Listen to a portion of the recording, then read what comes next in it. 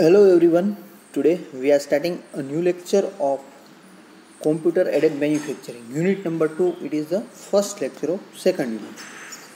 So in this lecture we study about the classification of CNC machine and its construction. Okay. So let's start. તો સૌપ્રથમ આપણે જોઈએ classification of CNC machine. Last યુનિટની અંદર આપણે NC, CNC, ડીએનસીની વ્યાખ્યા એટલે કે એની ડેફિનેશન, એનું કન્સ્ટ્રક્શન અને એડવાન્ટેજ ડિસએડવાન્ટેજ જોઈ ગયા હતા. CNC means computer numerical control machine, જેમાં કોમ્પ્યુટર દ્વારા પાર્ટ પ્રોગ્રામિંગ બનાવી તેને રન કરી અને ઓપરેશન કરવામાં આવે છે. તે પ્રકારના મશીનને સીએનસી મશીન કહેવામાં આવે છે. તો આપણે એના ક્લાસિફિકેશન જોઈએ. માં સૌ પ્રથમ છે classification based on motion type. Okay, મશીનની અંદર જે ટૂલની મોશન છે એના આધારે. સેકન્ડ છે classification based on control loop system, એની અંદર જે કંટ્રોલ લૂપ સિસ્ટમ છે એ કઈ છે એની આધારે. થર્ડ વન છે classification based on number of axis, CNC મશીનની અંદર જે એક્સિસ આવેલી હશે એના આધારે. નેક્સ્ટ છે classification based on power supply, તમે પાવર સપ્લાય કઈ આપો છો અથવા કઈ રીતે વર્ક કરે છે તેના ઉપર. તો આપણે ડીપમાં જોઈએ વન બાય વન. સૌ પ્રથમ છે classification based on motion type. તેમાં છે પોઈન્ટ ટુ પોઈન્ટ સિસ્ટમ.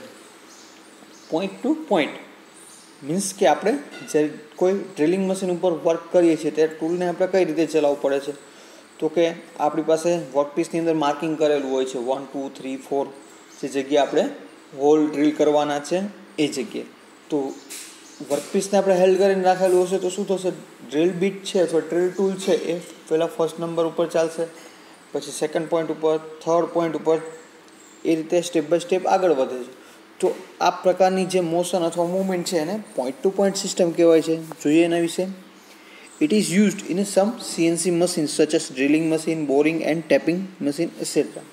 એટલે કે આ પ્રકારના સિસ્ટમનો ઉપયોગ ડ્રિલિંગ, બોરિંગ અને ટેપિંગ પ્રકારના સીએનસી મશીનમાં થાય છે. તો control equipment for use with them are known as point to point control equipment. આ પ્રકારના મશીનને અથવા ઇક્વિપમેન્ટને point to point control equipment કહેવામાં આવે છે. Feed rates need not to be program. તેમાં ફીડ રેટ્સ છે એને પ્રોગ્રામિંગ કરવાની જરૂર નથી. In this machine tools each axis is drive separately. એટલે કે આ પ્રકારના મશીનમાં છે ટૂલને અલગથી સેપરેટલી એક જગ્યાએથી બીજી જગ્યાએ લઈ જવામાં આવે છે. નેક્સ્ટ જોઈએ, તેની અંદર જ છે ક્લાસિફિકેશન બેઝડ ઓન મોશન ટાઈપમાં કાઉન્ટરિંગ સિસ્ટમ અથવા કન્ટિન્યુઅસ પાથ સિસ્ટમ. તો એમાં જોઈએ આપણે it is a use in a CNC machine tools such as milling machine. Continuous એટલે ટૂલ છે એ કન્ટિન્યુઅસ વર્કપીસના કોન્ટેક્ટમાં રહી અને મટીરિયલ રિમૂવ કરતું હોય તો આ પ્રકારની સિસ્ટમને છે એ કન્ટિન્યુઅસ પાથ સિસ્ટમ કહેવામાં આવે છે. જેમ કે મિલિંગ મશીન, બરાબર, કોઈ પ્રોફાઇલ જનરેટ કરીએ છીએ તો એની અંદર જે ટૂલ કટિંગ ટૂલ છે વર્કપીસના કન્ટિન્યુઅસ કોન્ટેક્ટમાં હશે અને મટીરિયલ રિમૂવ થતું હશે તો આ પ્રકારની સિસ્ટમને કહેવામાં આવે છે continuous path system. This machine require simultaneously control of the axis. એટલે કે જે વર્કપીસ અને જે ટૂલ છે તેનો સાયમલ્ટેનિયસલી એટલે એક સાથે કંટ્રોલ કરવો જરૂરી છે અથવા એની અંદર હોય છે. તો contouring machine can also be use as a point to point machining, but it will be uneconomical to use them unless they are working. The workpiece also requires having a countering operation to be performed on it. એટલે કે આ પ્રકારના machine છે એ continuous path સિસ્ટમવાળા machine છે એને આપણે point to point તરીકે પણ યુઝ કરી શકીએ, પણ તે ઇકોનોમિકલ એટલે કે સસ્તું નહીં બને. એટલે કે જ્યારે પ્રોફાઇલ જનરેટ કરવાની છે ત્યારે આ પ્રકારની સિસ્ટમનો ઉપયોગ કરવામાં આવે છે. નેક્સ્ટ છે ક્લાસિફિકેશન બેઝડ ઓન મોશન ટાઈપમાં. તો એની અંદર જોઈએ આપણે તો બે કર્વ આપણને દેખાડેલા છે. તો એની અંદર શું થાય છે તો કે કન્ટિન્યુઅસ કોઈ સર્ક્યુલર છે, કોઈ આર્ક મારવાની છે તો એ કઈ રીતે ટૂલ ત્યાંથી એકચ્યુઅલમાં પસાર થાય છે એના ઉપર ડિપેન્ડ કરે છે કે એનો જે કર્વ છે એને ટ્રેક કરવાની કેટલી કોશિશ કરે છે તેને કહેવામાં આવે છે. નેક્સ્ટ આપણે જોઈએ classification based on control loop. તેની અંદર યુઝ થયેલી લૂપ સિસ્ટમ અથવા કંટ્રોલ સિસ્ટમ કઈ છે તેના આધારે એમાં બે સિસ્ટમ છે, ઓપન લૂપ કંટ્રોલ સિસ્ટમ અને ક્લોઝ લૂપ કંટ્રોલ સિસ્ટમ. સૌપ્રથમ આપણે જોઈએ ઓપન લૂપ સિસ્ટમ. તો તમે ફિગરની અંદર જોઈ શકો છો સીએનસી જે કંટ્રોલર છે તેમાંથી કમાન્ડ આવશે અને એ પ્રકારે કટિંગ ટૂલ અથવા મશીન છે એ વર્ક કરે છે. પરંતુ આ વર્ક અથવા આ જે મુવમેન્ટ છે એનું આઉટપુટ એકચ્યુઅલી કેટલું છે તે મેઝર થતું નથી. જોઈએ આપણે તો program instruction are fed into the control through an input device. Input ડિવાઇસની મદદથી છે એ પ્રોગ્રામ ઇન્સ્ટ્રક્શન છે એ આપવામાં આવે છે. This instruction are then converted into electrical pulse એટલે કે સિગ્નલમાં કન્વર્ટ કરવામાં આવે છે by the controller and send to the servo amplifier to energise the servo motors. એટલે કે આ જે ઇન્સ્ટ્રક્શન આપણે આપીએ છીએ મીન્સ પાર્ટ પ્રોગ્રામિંગ દ્વારા તેનું ઇલેક્ટ્રિક પલ્સ એટલે કે ઇલેક્ટ્રિક સિગ્નલમાં રૂપાંતર કરવામાં આવે છે. આ રૂપાંતર કરીને સર્વો મોટરને મોકલવામાં આવે છે એટલે એ મુજબ સર્વો મોટર છે એ મોશન આપશે. The primary drawback of the open loop system is that there is no feedback system to check whether program position and velocity has been achieved. એટલે કે આ પ્રકારની સિસ્ટમનો એક મોટો ગેરફાયદો એ છે કે તેની અંદર કોઈ પણ પ્રકારની ફીડબેક ડિવાઇસ આવેલી હોતી નથી. એટલે કે ઓપન લૂપ સિસ્ટમ છે એની અંદર જસ્ટ આપણે ઇનપુટ આપીએ છીએ તો ઇનપુટ પ્રમાણે એ સર્વો મોટર દ્વારા છે એ મશીન ટૂલ અથવા ટૂલ છે અથવા કોઈ પણ સ્લાઇડ છે એ આપણને મૂવમેન્ટ આપશે. પણ આપણે મૂવમેન્ટ કેટલી આપેલી છે એનું ફીડબેક લઈ શકતા નથી. માની લ્યો કે આપણે પ્રોગ્રામની અંદર ઇન્સ્ટ્રક્શન આપેલી છે કે ભાઈ machine start in clockwise with 300 RPM. તો એ પ્રમાણે એનું ડિકોડિંગ થઈ એનું ડિજિટલ સિગ્નલમાં રૂપાંતર થઈ સર્વો મોટરને કમાન્ડ મળશે, સર્વો મોટર સ્ટાર્ટ થશે, સ્પિન્ડલ ફરશે. પણ એ સ્પિન્ડલ મે બી 298 RPM ફરે છે અથવા 301 RPM ફરે છે તો એની માહિતી આપણને મળતી નથી. શું કામ? તો કે ત્યાં ફીડબેક એલિમેન્ટ નથી. એટલા માટે કહેવામાં આવે છે. તો હવે ફીડબેક એલિમેન્ટ નથી તો શું થશે? તો કે આ સિસ્ટમ છે એ સસ્તી થઈ શકે મીન્સ કે તેને ઇકોનોમિકલ છે comparative to close loop system. આ ઉપરાંત તેની અંદર કોઈ ફીડબેક એલિમેન્ટ નથી તો એનું મેન્ટેનન્સ પણ ઇઝી હોય છે. અને મેઇન ગેરફાયદો જોઈએ તો એક્યુરેસી છે એ compare to close loop system ઓછી મળે છે. જોઈએ તો open loop system is generally use in a point to point system where the accuracy requirement are not critical. એટલે કે આ પ્રકારની સિસ્ટમ છે પોઈન્ટ ટુ પોઈન્ટ કંટ્રોલ સિસ્ટમની અંદર ઉપયોગમાં લેવામાં આવે છે. તમે ફિગરની અંદર જોઈ શકો છો મશીન કંટ્રોલ યુનિટ છે ત્યાંથી સિગ્નલ જે જાય છે એ ડાયરેક્ટલી સ્ટેપિંગ મોટરની અંદર જાય છે. સ્ટેપિંગ મોટર છે એ ફરશે એટલે લીડ સ્ક્રૂ ફરશે, તેની સાથે કનેક્ટેડ છે સ્લાઇડની અંદર નટ છે એટલે નટની મદદથી જે મશીન ટેબલ છે મશીન ટૂલ ટેબલ એ પણ મૂવ થશે. તો જે લીડ સ્ક્રૂ છે એ કેટલા RPM ફરે છે એના માટે કોઈ ફીડબેક ડિવાઇસ આપેલી નથી. Okay, very few continuous path system utilise open loop control system. એટલે કે બહુ ઓછી સિસ્ટમ છે જે ઓપન લૂપ કંટ્રોલ સિસ્ટમ દ્વારા ચાલતી હોય છે. નેક્સ્ટ આપણે જોઈએ ક્લોઝ લૂપ કંટ્રોલ સિસ્ટમ. મિત્રો તમે ફિગરની અંદર જોઈ શકો છો કે જે કંટ્રોલર છે CNC કંટ્રોલર અને મશીન ટૂલ તેની અંદર દરેક કંટ્રોલર પાસે બે લાઇન છે, એક ઇનપુટ લાઇન એક આઉટપુટ લાઇન અથવા જે સિગ્નલ લાઇન છે, એક બ્લુ કલરની છે એક રેડ કલરની છે. તો આનો મેઇન એ જ ફાયદો છે. જોઈએ તો close loop system has a feedback subsystem to monitor the actual output and a correct display from the program input.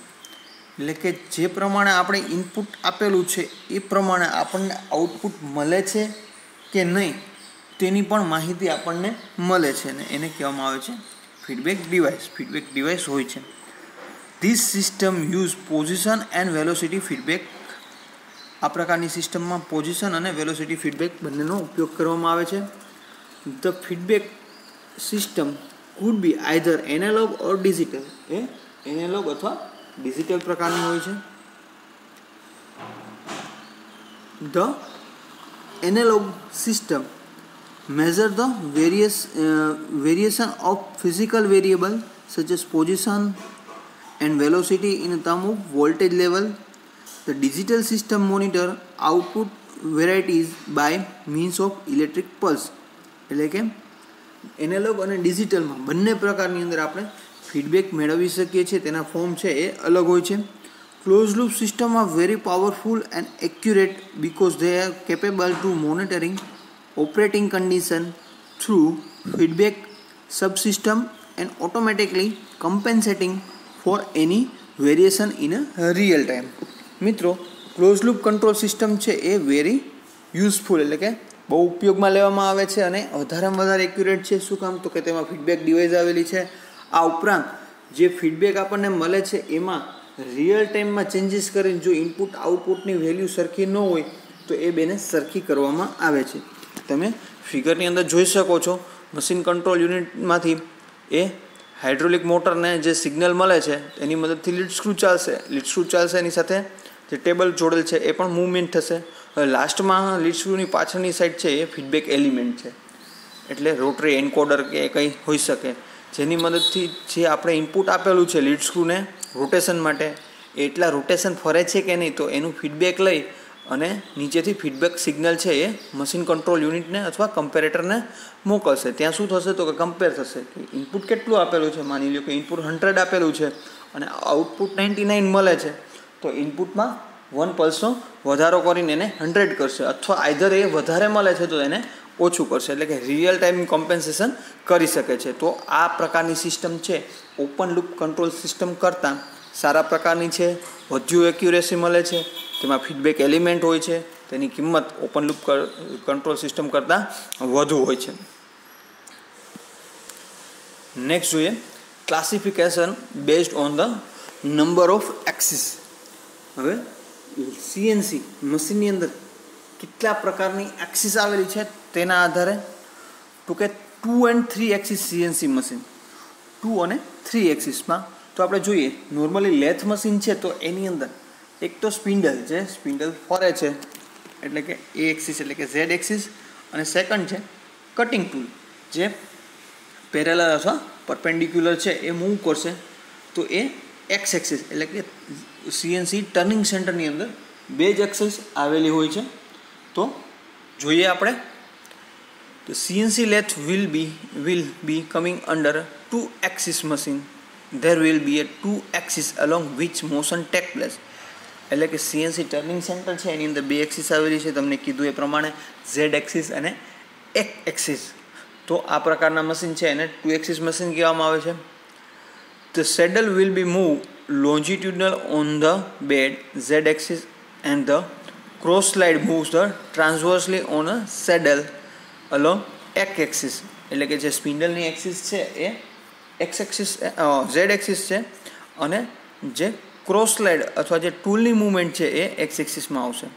આ ઉપરાંત in a 3 axis machine there will be one more axis perpendicular the about 2 axis. એટલે કે 3 axis મશીનમાં એના કરતાં એક axis વધારે હોય છે. જેમ કે ડ્રિલિંગ મશીન છે, મિલિંગ મશીન છે એમાં જે સ્પિન્ડલ જે ફરતું હશે એને આપણે ઝેડ એક્સિસ આપશું. આ ઉપરાંત વર્કપીસમાં લેફ્ટ અને રાઇટ જવા માટે છે એ એક્સિસ યુઝ કરશું જેને આપણે એક્સ કહેશું. અને વર્કપીસ છે ઇન અને આઉટ ઓપરેટરથી દૂર અને ઓપરેટરથી નજીક તો એ મોશન તો એને વાય મોશન કહેશું. અને આ 3 એક્સિસ છે એ એકબીજાને પરપેન્ડિક્યુલર આવેલી હોય છે. તો આ પ્રકારના મશીનને 3 axis મશીન કહેવામાં આવે છે. By the simultaneously control of the 3 axis complex surface can be machine. એટલે કે કોમ્પ્લેક્સ પ્રકારના જે એંગ્યુલર અથવા તો બહુ કોમ્પ્લેક્સ સરફેસ જનરેટ કરવાના હોય ત્યારે 3 axis મશીન ઉપર કરી શકાય છે. નેક્સ્ટ જોઈએ આપણે classification based on the number of એક્સિસની તમને ફિગર આપેલી છે કે રાઇટ હેન્ડલની મદદથી તમે XYZ ડિરેક્શન કઈ દિશામાં લેવી એના માટેની ફિગર આપેલી છે. તો હંમેશા એવું માનવામાં આવે છે કે ઝેડ એક્સિસ છે એ જો સ્પિન્ડલ હોય અને સ્પિન્ડલ રોટરી મોશન ધરાવતું હોય તો તેને ઝેડ એક્સિસ લેવી. આ ઉપરાંત એક્સ એક્સિસ ક્યારે લેવી, તો એક્સ એક્સિસ છે નોર્મલી વર્ક જે હોલ્ડિંગ ડિવાઇસ હોય અથવા તો પેરેલલ બેઝને પેરેલલ લેવામાં આવે છે, અને વાય એક્સિસ છે એ નાની એક્સિસ લેવામાં આવે છે.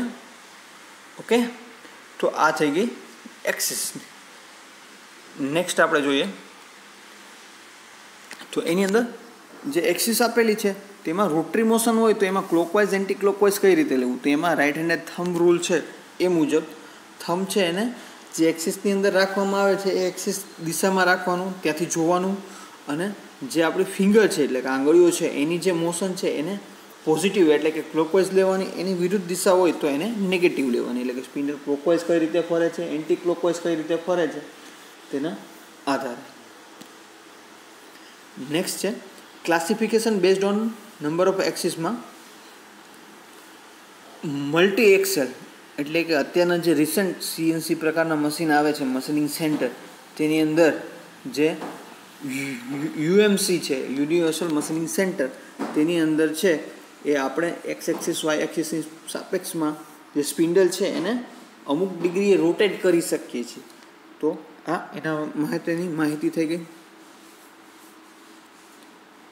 નેક્સ્ટ છે classification based on the power supply. The machine power unit refers to a device which transmits some form of energy to mechanical power which may be used for the drive, slide, saddle or performing some action or operation. તો કે power supply શું છે, તો કે power સપ્લાયની મદદથી મિકેનિકલમાં જે component છે એની motion અથવા ઓપરેશન પાવરની મદદથી થાય છે, પોસિબલ બને છે. મીન્સ કે રોટરી મોશન આપી સ્પિન્ડલને, સ્લાઇડને લિનિયર મોશન આપી એસેટ્રા, તો એ પાવરની મદદથી થાય છે. તો ઇનપુટ પાવર મે બી ઇલેક્ટ્રિકલ, હાઇડ્રોલિક ઓર ન્યુમેટિકલ. તો કે આ બધાને ચલાવવા માટે પાવર કયા પ્રકારના હોય છે, તો કે 3 પ્રકારના પાવર હોય છે.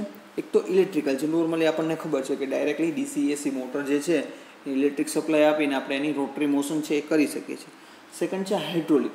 તો કોઈ સ્લાઇડ છે એને હાઇડ્રોલિકલી આપણે પાવર પેકની મદદથી જે ડબલ એક્ટિંગ અથવા સિંગલ એક્ટિંગ સિલિન્ડર સિસ્ટમ દ્વારા તો આપણે સ્લાઇડ અથવા કોઈ જે ટૂલ છે એની મોશનને આપણે ચેન્જ કરી શકીએ છીએ. તો ઓપન ક્લોઝ કરવું અથવા નજીક દૂર લઈ જવું તો એના દ્વારા પોસિબલ બને છે. આ ઉપરાંત ન્યુમેટિક કે જ્યાં વધારે ફોર્સની રિક્વાયરમેન્ટ ન હોય તો ન્યુમેટિક પ્રકારના એક્ચ્યુએટરનો ઉપયોગ કરીને પણ આપણે મશીનને ચલાવીએ છીએ. તો એના આધારે આપણે ક્લાસિફાઈ કરી શકીએ છીએ. ઓકે, તો મિત્રો આ થઈ ગઈ classification of CNC machine. Next આપણે સ્ટેપ બાય સ્ટેપ એનું કન્સ્ટ્રક્શન અને એના ઇમ્પોર્ટન્ટ કન્સ્ટ્રક્શનની અંદર ઇમ્પોર્ટન્ટ પાર્ટ્સ છે એ કઈ રીતે બનેલા છે અને કન્વેન્શનલ મશીન કરતાં કઈ રીતે જુદા છે તેના વિશે માહિતી મેળવશું. Okay, thank you.